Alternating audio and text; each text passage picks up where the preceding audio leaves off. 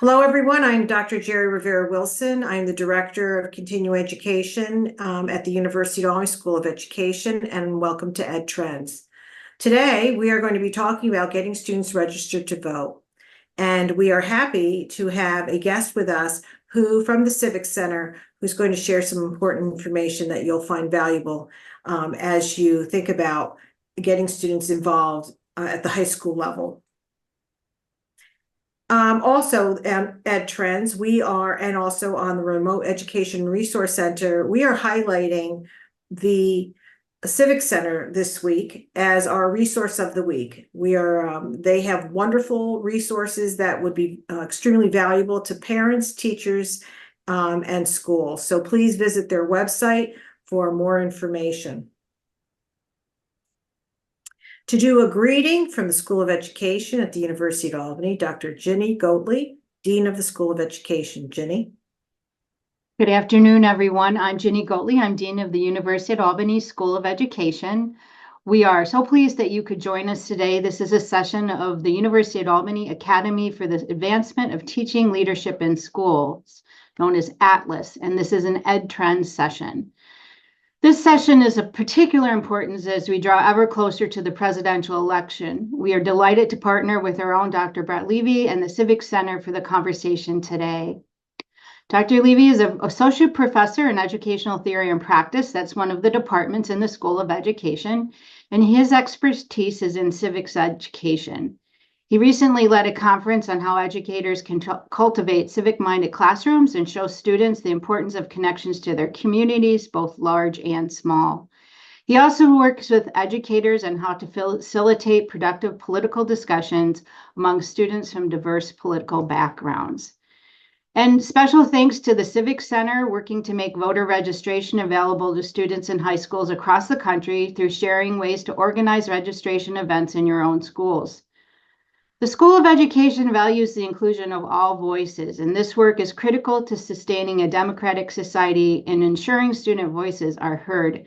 We look forward to learning more about opportunities available and the resources we can use to help get young voters registered. A special thanks to Jerry Rivera Wilson and Atlas for bringing us together on this topic. We're delighted you are joining us, so enjoy the session.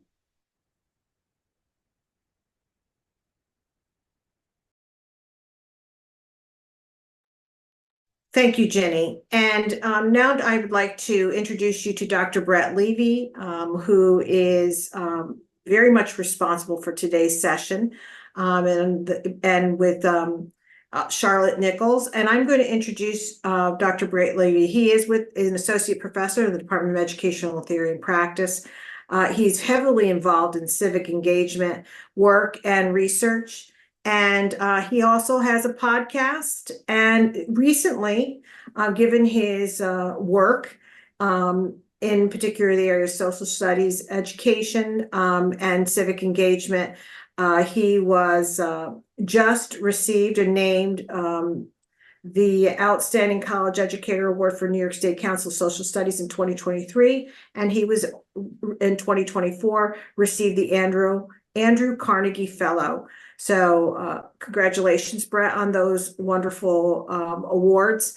But he is the reason at the University of Albany and within the School of Education that we are really spending a lot of time talking about voting and civic engagement. And so we are very much appreciative of his research and efforts.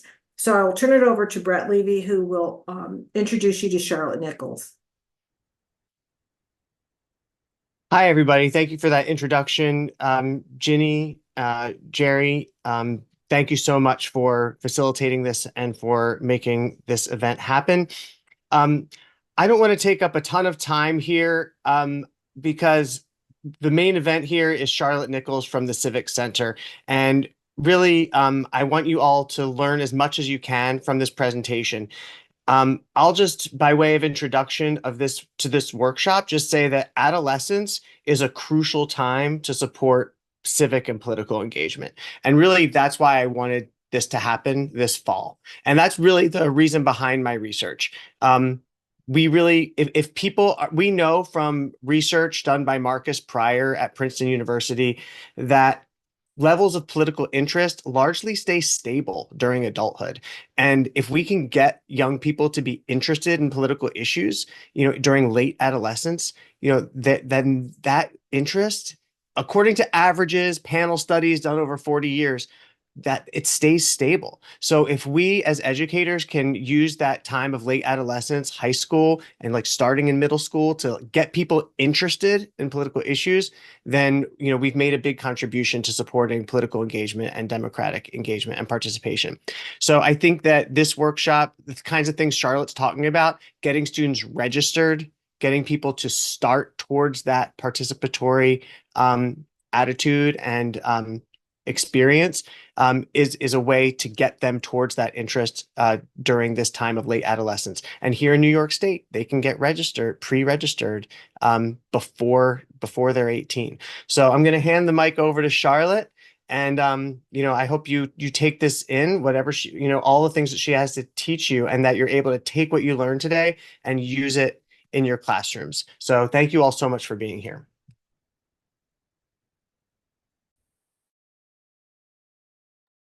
Hey everybody, my name is Charlotte Nichols. I've already kind of been introduced, but I work for the Civic Center.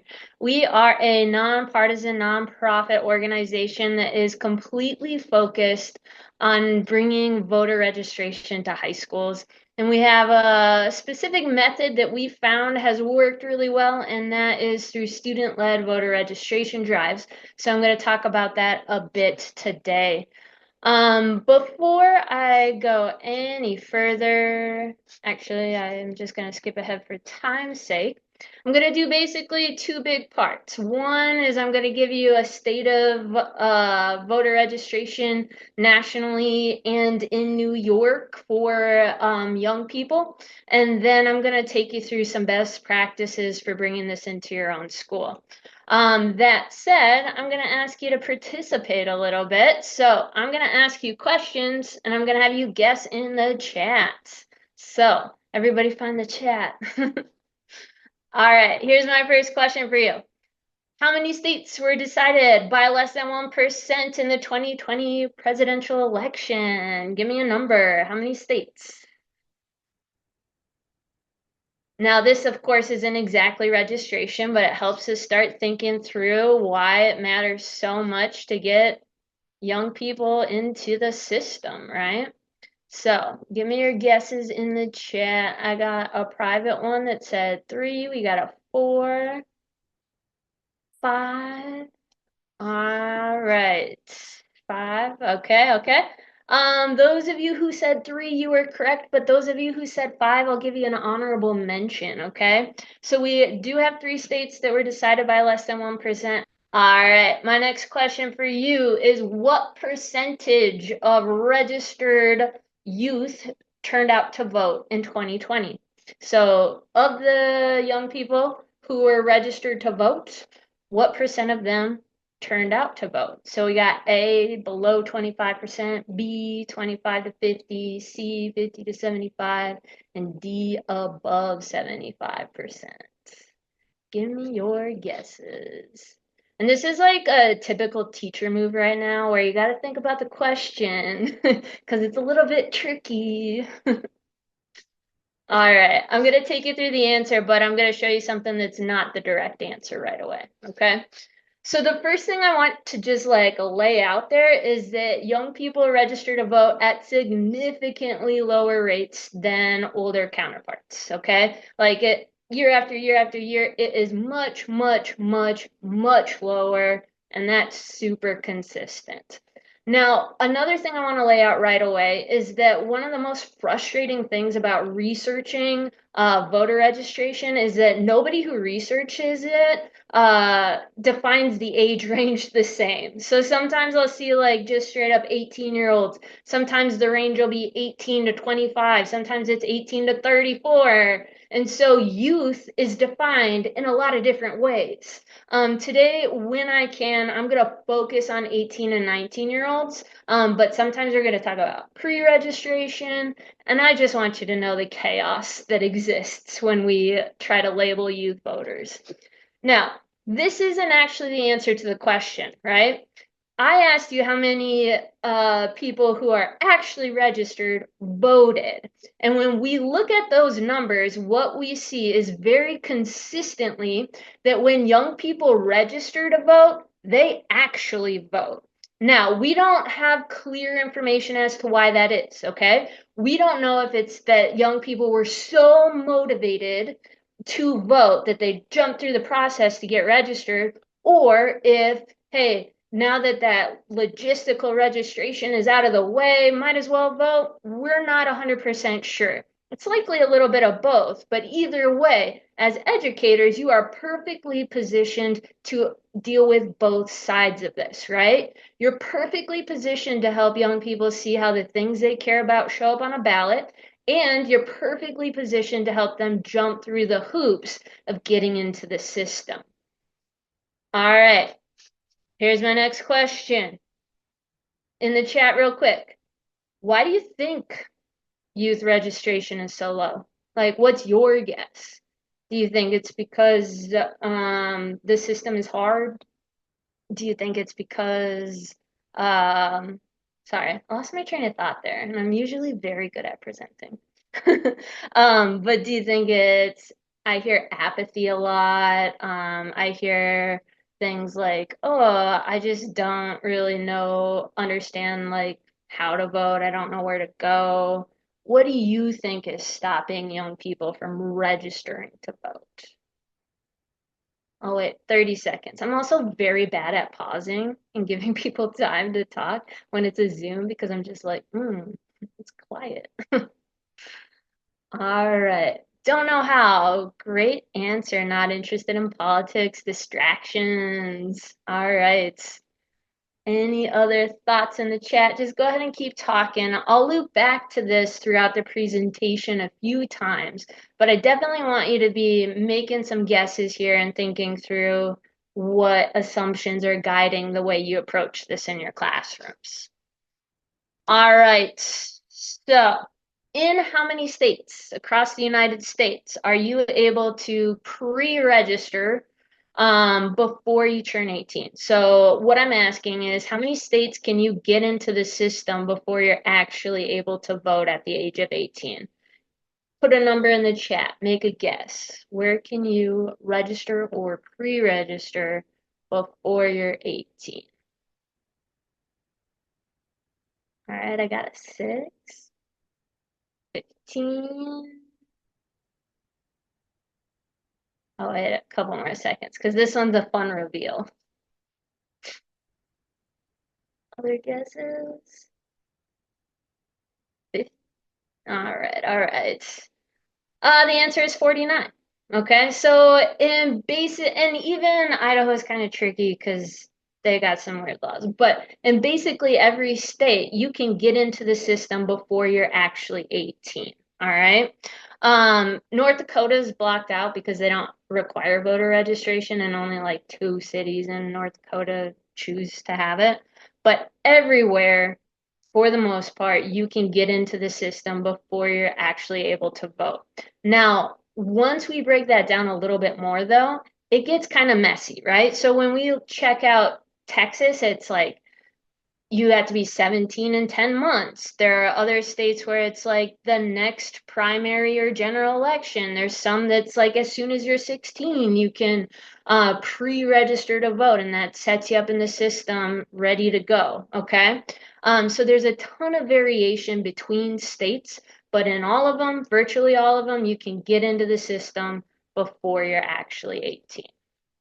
And hey, everybody, if you got any questions as I'm talking, just throw it in the chat. I'm watching it, obviously. All right, here's my very last question.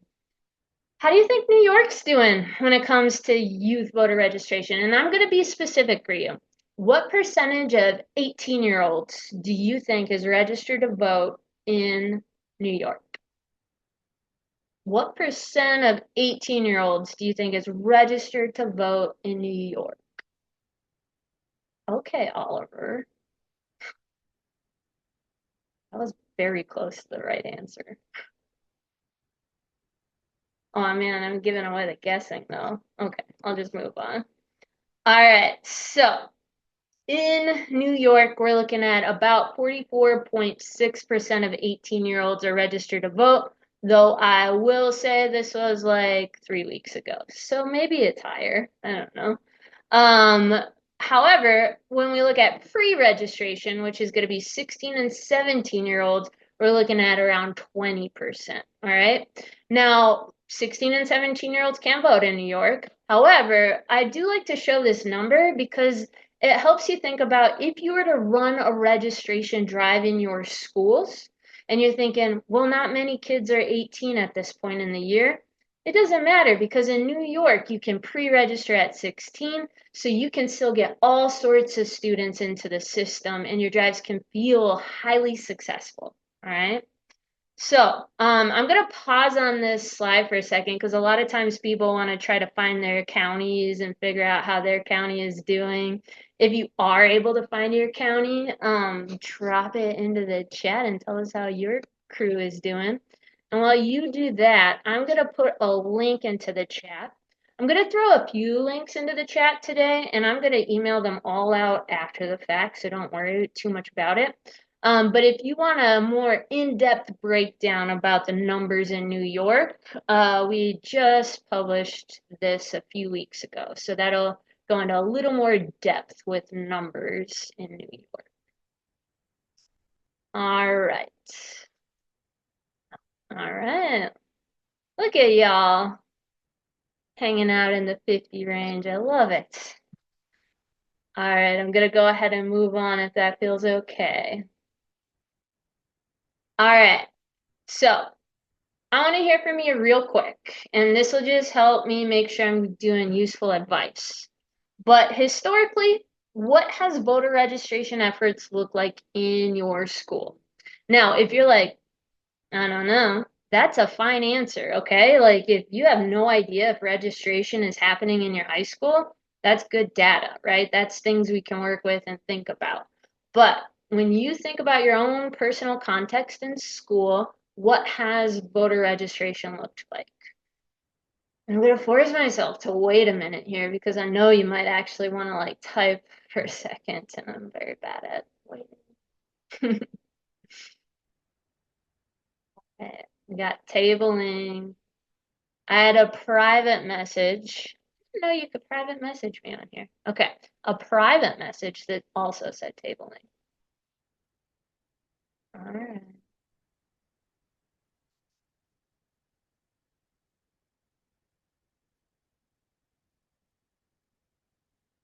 All right. You're even above average and you've never done any efforts. Interesting.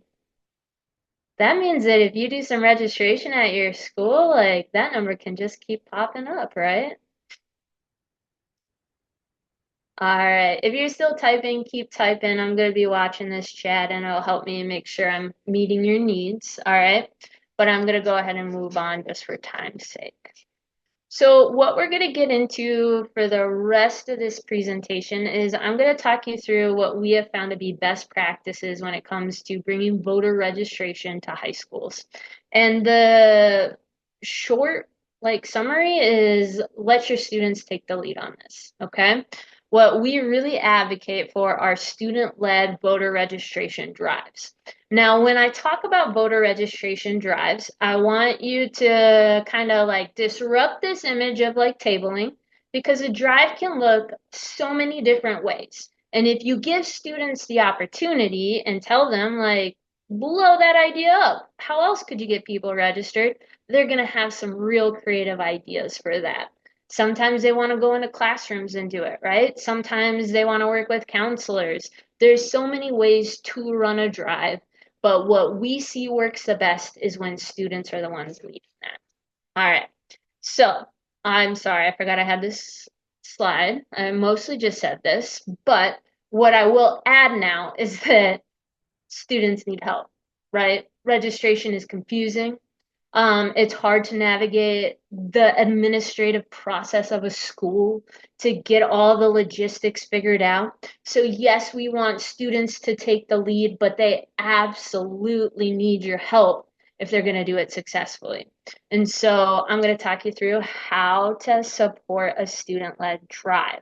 So what we have seen to be most effective is if educators, you take a moment to build some support, get a support system with admin, community, help with some training, incorporate some supplementary civics education into your classroom so that it can just add on to what your students are doing. And what they're going to do is they're going to activate the community, right? They're going to collaborate, they're going to strategize.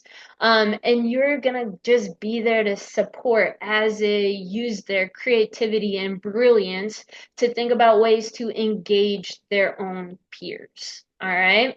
Now, I'm going to walk through the teacher end of this, but I'm still going to add in some pieces with students. So I'm going to pause. Sorry, I've been talking a lot. Any questions?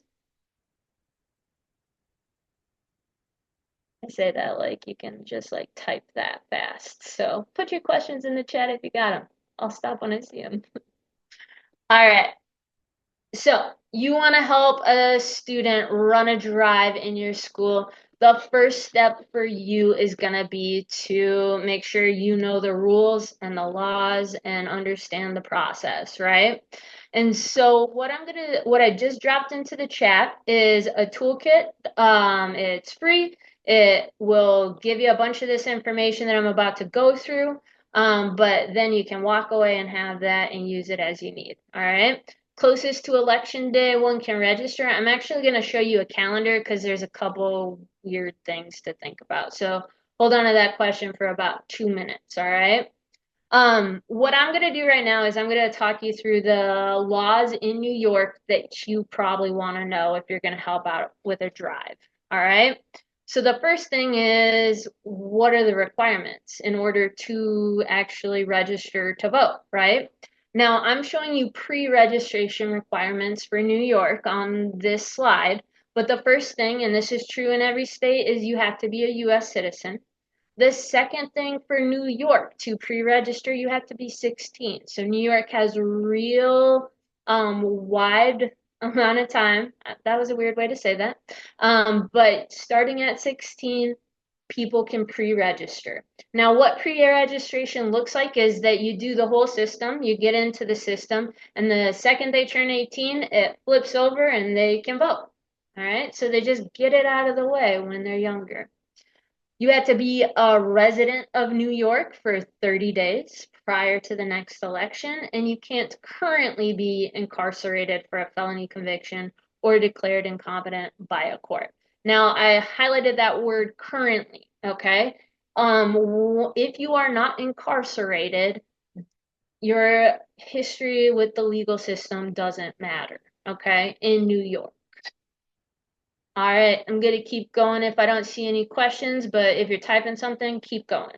Type it up. I'll answer it when I see it. All right.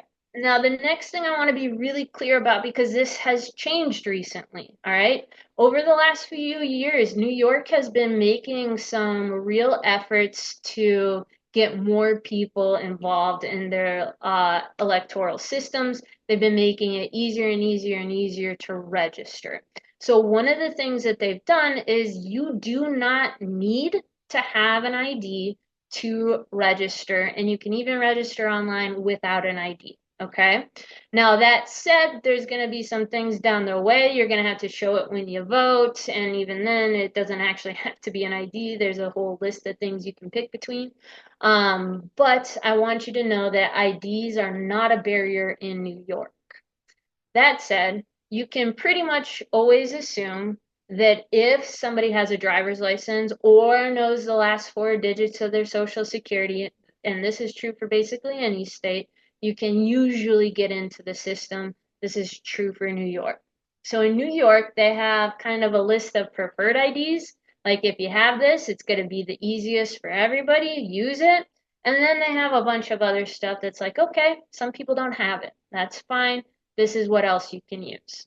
So we got driver's license, a non-driver's license that's still issued by the state of New York, or the last 4 digits of your social security. Those are the preferred IDs in New York. Beyond that, it could be a utility bill, bank statement, government check, okay? So there are a lot more options. ID is not going to stop somebody from getting into the system in New York State. All right. Now this list too, the non-preferred, is much longer. I just highlighted a couple. If you go to your Secretary of State's website, they'll have the full breadth of everything there. All right. Is a permit? Okay, yes. Yep, definitely. Good question. All right. Now, the next thing that this is within the last couple of years is shift, okay? So New York used to have it set up to where you couldn't register online without an ID. That's not the case anymore. They have it set up to where even if you don't have an ID, you can still use the online option to register to vote. That said, New York City has so many people in it that they had to make a couple of websites, all right? So I'm going to send these all out after the fact, but there's one link for New York City residents that don't have an ID. There's a different one for non-New York City residents that don't have an ID. And then if you do have an ID, one of those preferred IDs, then there's a whole website for you too. Okay. Now, here's one really important thing. If you're thinking about running a registration drive with your students, is that think location. Okay, so if you're hanging out in New York and you want to use the online options, maybe you have 2 different stations. Like, hey, you got an ID, come over here. You don't, come over here. Have those websites all loaded and ready to go, right? Just keep in mind that the type of identification students are using is going to impact what website they go through. All right. I'm going to keep moving if that sounds okay. But again, just throw those questions straight into the chat when you got them. Okay. So when I was prepping for this, I reached out to a few different clerks throughout New York State, and I asked, like, what's the #1 mistake people make? And this was consistently, I heard some version of this, but then I had it in an email, so I just copied and pasted it right into the slide. But what the Board of Elections told me is that a lot of times what'll happen is that somebody will register on the paper form, okay? You can do it online, you can also do it on paper. If they register on the paper form and they sign it, make sure they use a signature that is typical for them. Okay, so what'll happen a lot of times is that when somebody registers, they use one signature. Then when they go to vote, they use a different signature, and then their ballot is cast out. It doesn't count because their signatures don't match. So I would encourage you, if you have anybody using a paper ballot, tell them, like, don't put the heart on top of your eyes, things like that. You want something that's going to be consistent throughout their lives, because registration, if you're in the system, right? You don't have to keep re-signing it once you've registered. Maybe you have to update it if you move, but like, you're in the system, and so that signature is going to follow them for a very long time. All right, so just make sure they use something that is gonna be easy to be more consistent. Any questions? I keep asking that. It's a habit. I'm sorry. All right, so I want to take a second. Those are the big rules that are going to impact you. So what do you think might be a challenge if you're trying to run a drive or help students run a drive when it comes to the rules? Throw it in the chat. What are you a little concerned about? Or does it feel like, oh, that's pretty easy, I can do this? What's bugging you? What's worrying you? Anything? For me, when I look at New York laws, I've supported drives in a lot of different states, but the 3 websites always, like, gives me pause. I'm like, this is something that I need to do some thoughtful planning around ahead of time, making sure I have different stations for that. The other thing that I think about a lot of times is that the websites is kind of new in New York. So a lot of people are used to those paper forms, and maybe they're more comfortable with the paper forms. So I'm like, okay, where am I going to get them from, right? Who's going to be responsible to drop them off when they're done? Things like that tends to be where my brain goes logistically with New York laws. All right. Ooh. How different can signatures be and not cause problems? That's a great question. When I was actually emailing back and forth about this, so I can answer it to some degree. What the clerk I was talking to is basically saying is that, you know, if there's like the E is going out further than usual, like that's not a big deal. Every signature has some variation in it. But what will be an issue is if like it gets way flatter and longer and looks like they stop using well, the example she gave me is like if you sign your registration in all caps letters and then you go to vote and you don't do that, like that's going to get your stuff thrown out, right? So small differences won't matter, but big ones do. So don't be cute, is essentially what I was told. All right. So step one in running a drive in your school is to make sure you know the rules. And we just went over those. You got a toolkit that you can check out if you forget any of them. All right. Step two, really, or three, I don't know why I have three. I don't know what I did there, is going to be to make sure you engage your administrators. Okay. Now, I would probably have students talk to my administrators too, but I would go chat with them real quick and give them a heads up that this conversation's coming, right? Especially because you don't want to set students up to fail, right? So if you have an administrator that's going to go hard against this kind of work, then you need to do some background finessing so that students can actually do this. All right. Now, there are a couple things that I can help you with if you're worried about your administrators for whatever reason. And the first one is to just show them the numbers, right? Registration is not where it should be in New York State. It just isn't. It's not anywhere, but it's definitely not in New York too. So giving that data can be really helpful, especially if you're in one of these counties where it's like 20%, right? But the second thing that's probably going to be more powerful is the fact that there is a law in New York State where there has to be some sort of registration efforts. Like this is a law. It is brand new. It is just taking into effect. Okay. This law was passed in 2023. There was something on the books before, but it was expanded in 2023. And so there's a chance your administrators or your colleagues don't really know about it, but it is here and it is taking into effect. So the actual language, this law is much longer. There's a lot I left out, but it starts by saying local boards of education, boards of cooperative educational services, charter schools, and non-public schools are required to adopt policies to promote student voter registration and pre-registration, okay? Now, what it doesn't say is your school has to run a drive. That doesn't exist in the law. But if you're going to an administrator and being like, hey, we'll take care of this for you, you don't have to deal with it because me and my students are going to deal with it, they're probably going to say yes, right? This is a requirement. And if you're going to make their lives easier by taking care of that requirement, it's pretty helpful, okay? So just keep in mind that this exists in New York State and it does not exist in most states. It's a real advantage that you have if you want to do this work. All right. How many states have something like this?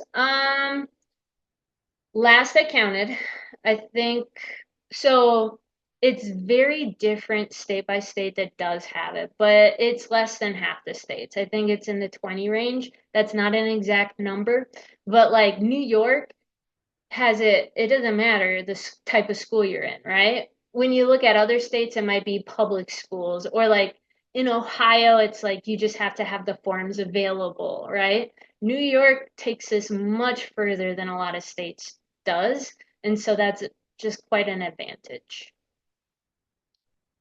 All right, so the real step 3 is once you're trained, you've greased the wheels with admin a little bit, you want to connect your students to training. Now, you can do that in all sorts of ways. If you feel confident and you want to do the teaching, go ahead. If you have an awesome board of elections nearby and you want to bring them in, like here, I'm always connecting the city clerk's office to local schools because they want to get engaged with each other. Do it. But the other thing is that the Civic Center does offer a ton of different trainings, and they're all free. They're all 1 hour. So whatever way you want to do it, send them to us. Send them to your board of elections, send them to your city clerks, right? But you want to get your students at least confident enough to answer some questions. They'll be supported along the way, right? But students aren't going to want to do this if they're afraid they're going to do it wrong and get in trouble, right? We're talking about a legal process. So we want to make sure that we are helping them really get past that anxiety a little bit. In the chat, I just threw our calendar of workshops. Again, I'm going to email all this out, but I want you to be able to kind of see what it looks like if you want to. All right. Once your students are all trained up, they're ready to go, they understand the basic rules, what you want to do is create a plan. All right. Now that plan can look a lot of different ways, and I'm going to give you some advice on things to focus on with your students. But you're going to want to pick a date, right? You're going to want to pick a space. You're going to want to think through how to do it. Do you want to do that traditional tabling? Well, if you do the tabling, do you have an open campus lunch? Well, is that going to work to just set up a table at lunch then, right? Those are all the kinds of things you're going to want to think through with your students. But I'm going to really push you to facilitate. Don't give them all the answers, right? They're brilliant and they've got ideas that you're not going to think about. So sometimes you're going to ask some probing questions to help them pick up on the big issues that they're maybe missing, but also really allow them to take charge here. All right. Now, one thing with the Civic Center is that if you tell us what your plan is, you tell us you're doing a drive, we can actually send you a bunch of stuff to help you with that. T-shirts, clipboards, vote writer cards, stickers, buttons. But another thing we can do is we can track that for you. So if you do another drive next year, we can tell you how you did and we can kind of compare with you. So that's one thing, cool thing that we got at the Civic Center. All right. And I'm sorry, I'm going to go back to this slide for a second because I had somebody ask deadlines and I was going to talk about it here. So New York does not have same-day registration and they have a total blackout of registration the week prior. It's actually 10 days, but I said what I said. So what that means is that like there's these yellow stripes on this slide. You cannot register in any way, shape, or form during that time. Now, if you are mailing in something, there is a postmark deadline and there is a deadline to receive it, okay? Now, for this week, the 21st through the 25th, you can still do it in person, but you should not be running drives that week. They are not going to count, probably, okay? So I'm going to give you a suggested time frame to do this in New York, but just keep in mind those deadlines. Any efforts you have to be safe should be done before the 21st of October, if I was you. All right. Cool.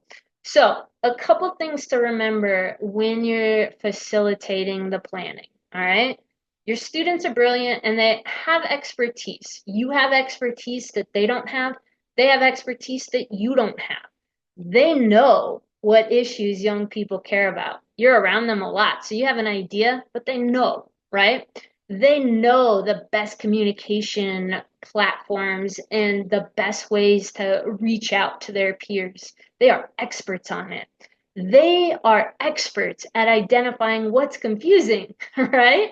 And so they can look at this information, they can look at these laws and think through, oh, this is going to trip students up.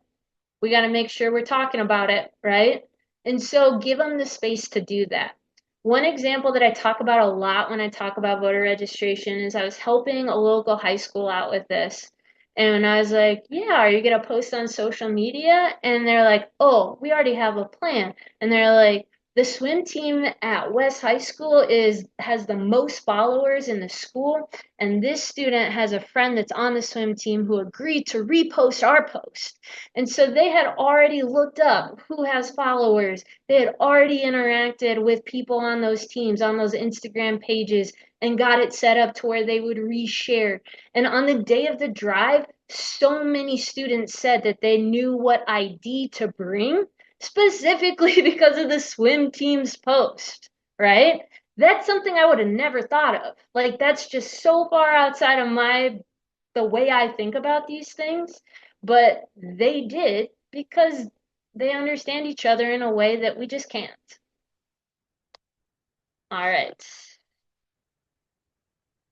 So once you are trained, you have talked to administrators, you got a good plan going, you need to run the event, right? And make it exciting. One of the biggest things about running registration drives in high school is that if you create this great feeling with civic engagement, they're going to keep engaging civically, right? They're going to keep participating. They're going to keep doing this. So when you run that drive, make it a joyful event. Make it fun, make it important, make it community-based, right? Now, if I was doing this in New York, I would shoot to do a drive the week of the 7th. Here's why. Gives you time to train, gives you time to plan, gives you time to avoid those deadlines. So there are going to be some students, for whatever reason, maybe they want to take the paper home. Maybe they hear about it with you, but they got to get some IDs or do something, right?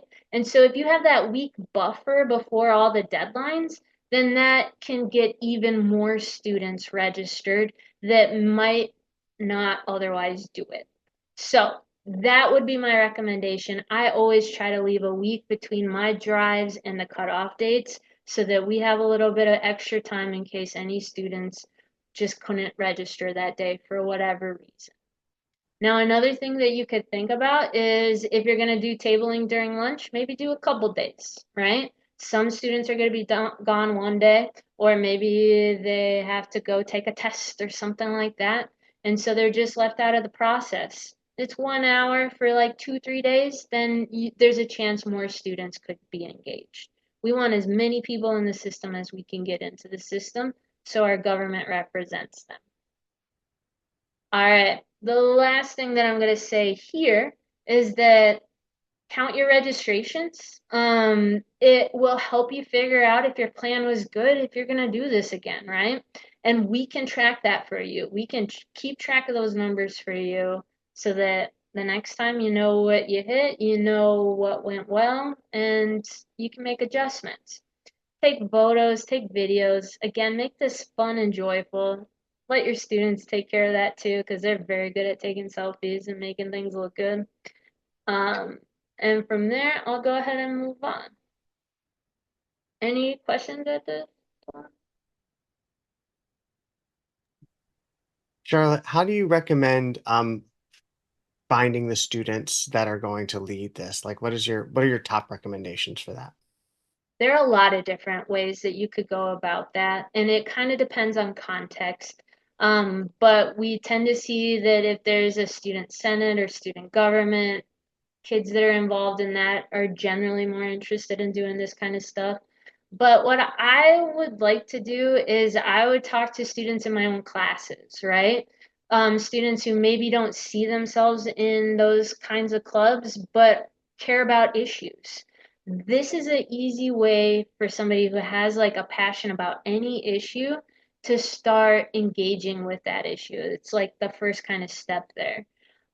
So like I used to teach modern US history, And we would actually talk about local government a lot. And I'd say, hey, you found this interesting? Like, let's talk about getting the students registered so they can engage in their local government, right? So those are a couple things. Other like identity clubs at your school tend to really engage in this kind of work. But yeah, it kind of depends on your context. I do have one way that might help students, like if they're on the fence, maybe do it, and I'll talk about that in a second. What? I don't understand that.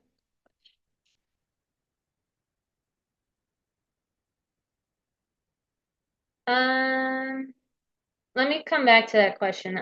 I have some guesses as to what you might be talking about, but I'm not totally sure. So I'll talk about a program we have, and if that's not what you were talking about here, let me know.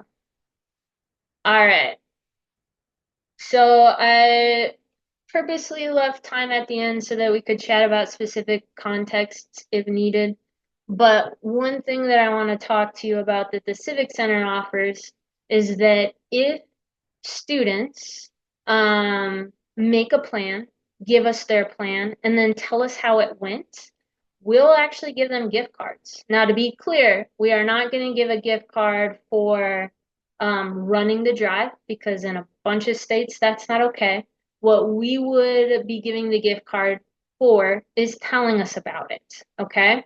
So if they attended training, they tell us the plan and tell us how it went, even if it didn't go. Maybe for whatever reason, school got canceled the day that they were going to run a drive and they tell us that, they'll get the gift card, okay? So if you're having a hard time finding students who want to dedicate the time to running a drive, maybe this can be an incentive for them. And it also sets it up to where, like I said, we're tracking all your information for you about your plans and what went well and what went poorly, so that when you get a new set of students, you can reach out to us and we can share all that with you and help with the planning process your semester 2 or year 2, right? We also will, if students don't want to do the gift card, we have community service certificates that we'll give that help with a lot of different scholarships, college applications, things like that. We can do that. Yeah, those are the two big incentives. So I'll just hit the last slide here. And what I want you to know is that I was a teacher first. I taught for almost 10 years.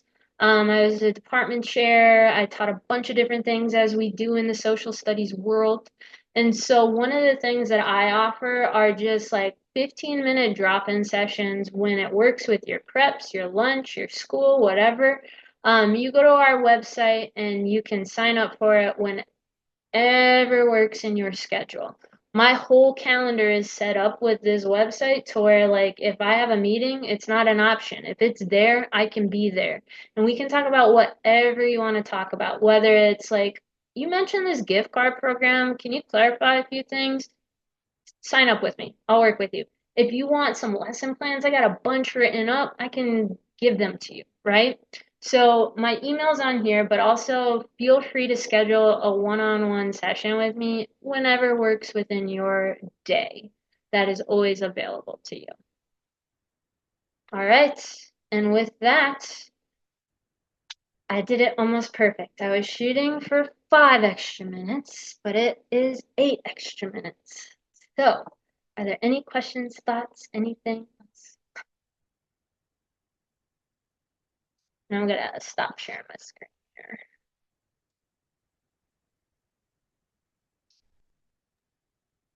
All right. What are some challenges that you sometimes, sorry, was there a hand raised? No, go ahead. Okay. What are some challenges that you sometimes see, and how would you suggest responding to those challenges? Honestly, the biggest challenge I see when working with students on drives is confidence.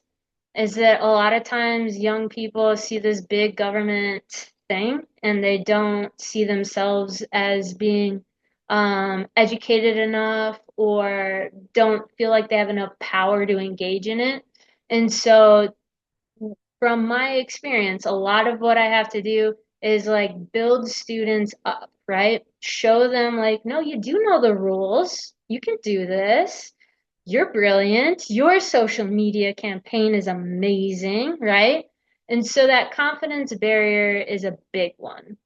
Another barrier that I see a lot is just with a lot of the ways we've been talking about politics in this nation lately, is that people feel uncomfortable doing this kind of civic work in their schools. But in New York, you have a lot of protection for that, right? It's a law that you have to do this. It's also all over New York state standards. So even if you wanted to teach about it, like it's in the standards. And so teachers are very, very protected to do this kind of work. I think the last thing is that sometimes students feel bad if they don't get a ton of registrations. And I think that again comes down to the confidence piece, where as long as you're presenting it in the right way, like, hey, we get to try this again in the spring, or we're going to try it again next year and learn from it. All of those barriers can be pretty easily overcome.